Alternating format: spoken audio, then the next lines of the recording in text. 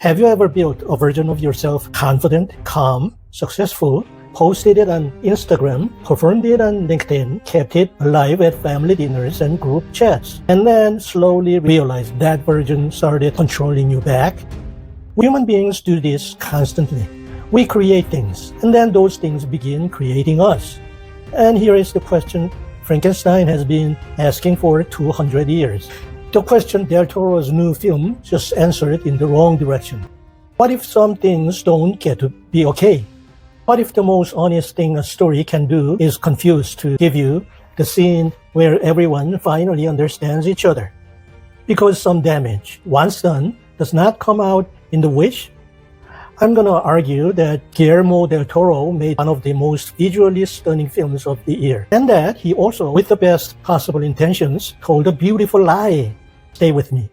Hi, I'm Jay Lee, and this is Deeper into Film, where we don't just watch movies, we let them reveal something deeper about ourselves. Full spoilers ahead. Watch the film first, then come back. Most people think they know Frankenstein. What they actually know is Halloween decoration Frankenstein, green skin, neck bulge, walking like somebody forgot to install knees correctly. But Shelley's original novel is psychologically much stranger and much sadder than that. Victor Frankenstein is not an evil cartoon scientist. He's a brilliant young man consumed by one question. Can human beings create life? And eventually he succeeds. Builds a body from dead parts, run electricity through it, watches it open its eyes. And then, the second the creature is alive, Victor panics and runs away. That is the moment the novel is actually about. Not creation, responsibility, the refusal of it. And that feels less like 1818 and more like Tuesday afternoon in America right now. AI systems evolving faster than their creators planned. Social media doing things to human psychology nobody intended and nobody can undo. We are all Victor Frankenstein now, except instead of a laboratory, most of us built ours on Instagram, family expectations, and maybe 3 emotional breakdowns nobody knows about. Del Toro makes a delicate visual choice from his very first frame. And in cinema, visual choices are philosophical choices. His planet is amber and warm shadow. Even in the lab, even in the graveyard, there is warmth. Some shots are so beautiful I wanted to pause the film and hang them on my wall like emotionally damaged Gothic wallpaper. But here is what that warmth communicates before anyone speaks. Understanding is coming. This story resolves toward feeling, not dread. Compare that to Shelley's novel, where Victor's first response to the creature opening its eyes is immediate physical revulsion, the kind that makes a man abandon 2 years of work in the middle of the night and run. Yes. Now think that Del Toro's own Pan's Labyrinth.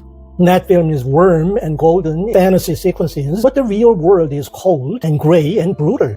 You know, the warmth means something because the cold exists beside it. In this Frankenstein, warmth is everywhere. And when warmth is everywhere, there is nothing cold enough to make it feel earned. The second issue is about how long it takes to become a person. In Shelley's novel, the creature's development is agonizing and slow. Months watching a family through a crack in a wall, years reading Paradise Lost, the Bible, Plutarch's Lives, until he finally asks one of the greatest questions in all of literature. Am I Adam or am I Satan? Was I created to be loved or to be rejected? Here is what is lost in that compression, the sense that consciousness caused something. In Buddhist thought, nothing arises fully formed, and every self is the accumulated result of causes and conditions, layer upon layer, moment upon moment. Becoming a person is not a download.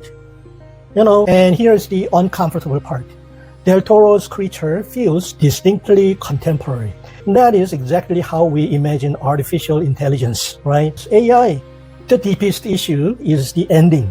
Del Toro moves toward understanding, toward empathy, toward something that resembles forgiveness. And on first watch, this is moving. I felt it too. Yes, positive. But consider what Shelley refuses to do. Victor does not earn forgiveness. No, the creature does not receive it. The novel ends in ice, on fire and ice. The two cannot be united. Victor dying in pursuit of the thing he made, the creature holding his creator in his hands, but vanishing into frozen dark. No reconciliation, only consequence, and no conversation tender enough to undo what was done.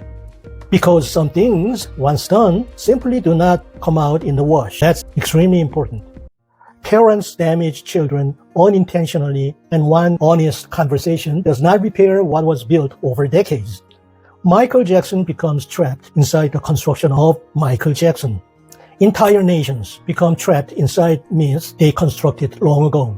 The horror of Frankenstein is responsibility coming back to life. When Del Toro moves toward forgiveness, he quietly removes that horror.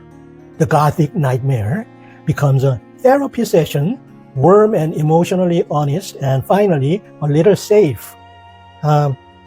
In Taoist thought, Wu Wei means letting things be what they are, not forcing them into the shape you need. Shelley practices that with the truth. She lets the story remain irreversible. Del Toro forces a resolution. I understand why, of course, but I think Shelley was braver. Yep. So here is where I land. We are living inside a Frankenstein story right now, not as a metaphor, but actually. AI systems whose behavior their creators can no longer fully predict. Climate consequences baked into decisions made 40 years ago.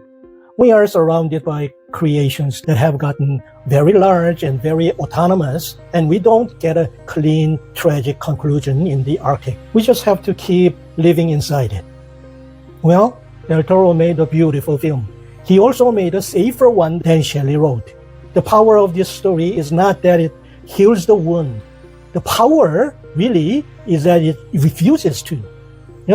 Because some wounds, when they stay open, are the only thing keeping us honest about what we've actually done. That's the power of art, separating the positive and the negative from each other, and then leading us to the transcendental dimension, where two are really one. Everything is all. Everything is interconnected. Only in the transcendental dimension, not on Earth. I'm Jay Lee, and this is Deeper into Film. Subscribe if this is the kind of question you want to keep asking. Every video on this channel takes a film you've already seen and turns it into a mirror. You might not always like what you see.